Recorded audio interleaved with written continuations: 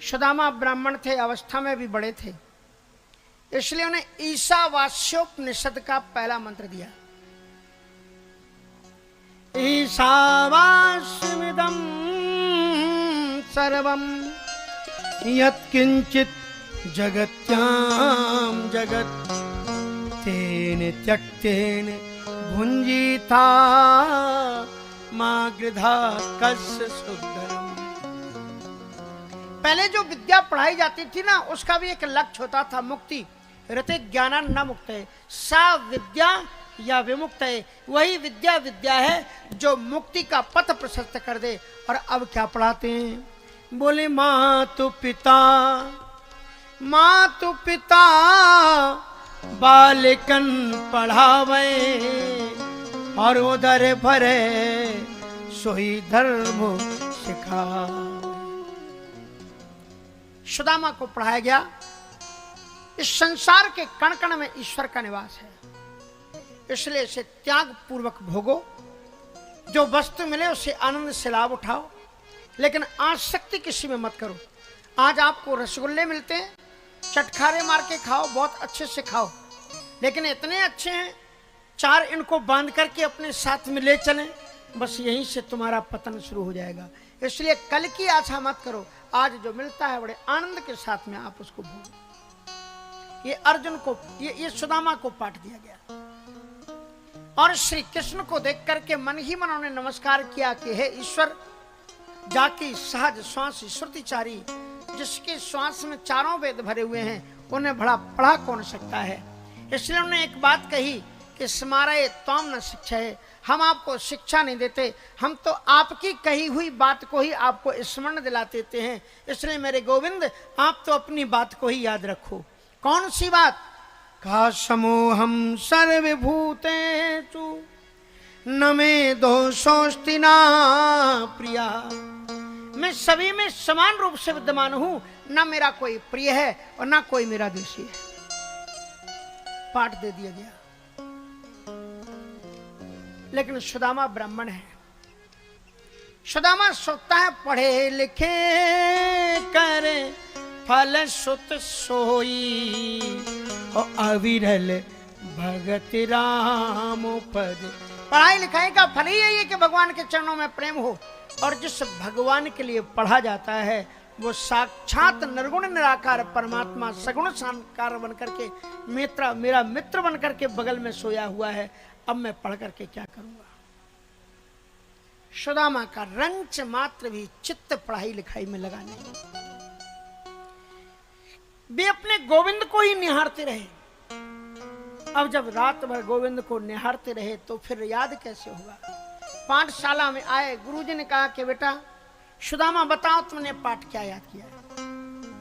सुदामा की दृष्टि से सुदामा ने जो पाठ बोला तो वो बिल्कुल करेक्ट था।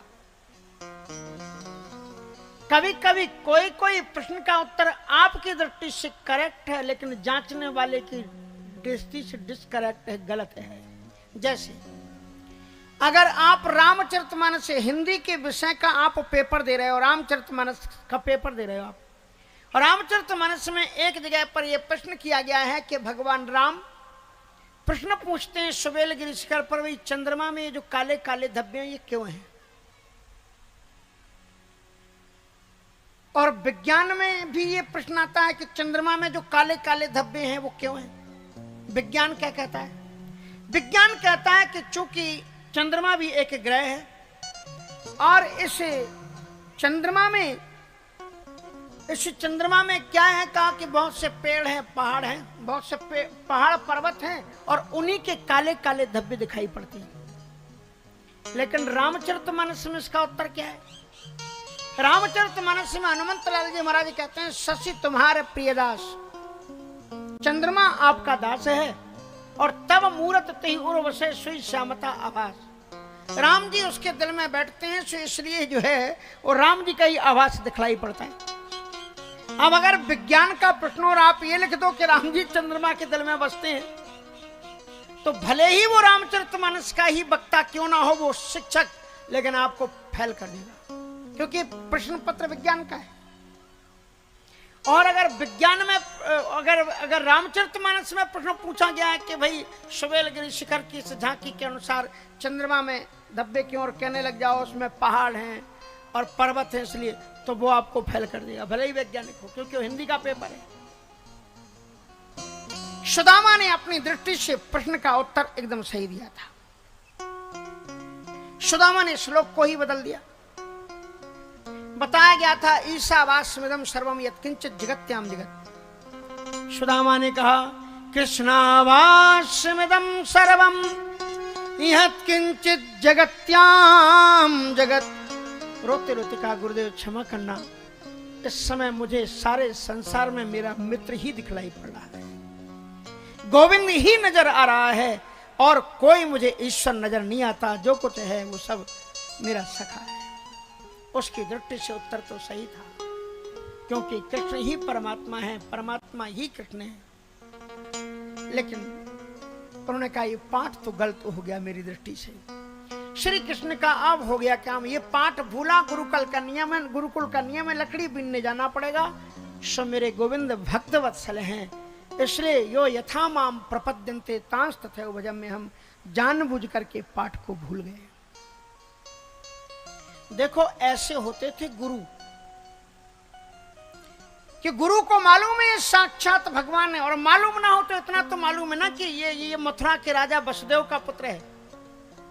लेकिन फिर भी अगर गरीब ब्राह्मण लकड़ी बीनने के लिए जाएगा और तुम भी पाठ भूले, तो भले ही तुम राजा के बेटे हो, तुम भी जाओ लकड़ी बीनने के लिए। आजकल मालूम कैसे शिक्षक, कैसी शिक्षा, कैसे स्टूडेंट। बता दें, बुरा नहीं मानना, शिक्षक लोग भी अपने बीच में बैठे हैं, बुरा नहीं मानना, यहाँ की बात नहीं, बाहर की है बात। हाँ, एक स्कूल में एक डिप्टी साहब मुआयना करने के लिए आ गए, 8वीं क्लास में प्रवेश किया। जो शिक्षक पढ़ा रहे थे उनको अपना आईडी दिखाया, सर हम डिप्टी हैं, मुआयना करने आए। कहा कर लो, सब अच्छे बच्चे हैं। तो उन्होंने एक बच्चे से कहा खड़े हो जाओ, क्या पढ़ रहे हो? कहा हिंदी। कौन सी क्लास? का 8वीं। पाठ का नाम क्या है? कहा सिया स्वयंवर। पढ़ चुके? कहा 3 बार पढ़ चुके हैं, 4थी बार रिपीट करा रहे हैं सर। प्रश्न पूछ सकते हैं, यू में आस्क एनी क्वेश्चन, कोई भी प्रश्न पूछो। कहा बता धनुष किसने तोड़ा था? तो कांपता हुआ बच्चे ने उत्तर दिया, सर मैंने धनुष नहीं तोड़ा। डिप्टी का सिर चकरा गया, ये 4थी बार रिपीट कर रहा है और ये कह रहा है मैंने धनुष को नहीं तोड़ा। शिक्षक की ओर देखा, इस बच्चे के जवाब पर आपका क्या ख्याल है? कहा सर इस क्लास में सबसे ज्यादा उद्दंड यही है, अगर धनुष टूटा है तो इसी ने तोड़ा होगा, दूसरा कोई तोड़ नहीं सकता। हो गया काम। कहा चलो प्रिंसिपल साहब से और मिलते चले। सो प्रिंसिपल साहब के पास गए तो प्रिंसिपल साहब ने कहा कि सर 2-2.5 हजार बच्चे स्कूल में। अब जहां 2-2.5 हजार बच्चे रहते टूट फूट तो होती रहती।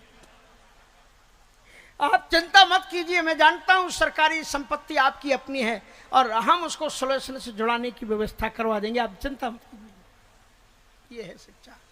और बुरा नहीं मानना, अगर स्कूलों में रामायण और गीता नहीं पढ़ाई गई, मैं एक बात जरूर कहना चाहूंगा, यहां के मुख्यमंत्री ने एक बार प्रयत्न किया था, यहां के मुख्यमंत्री ने एक बार प्रयत्न किया था कि स्कूलों में गीता पढ़ाई जाए।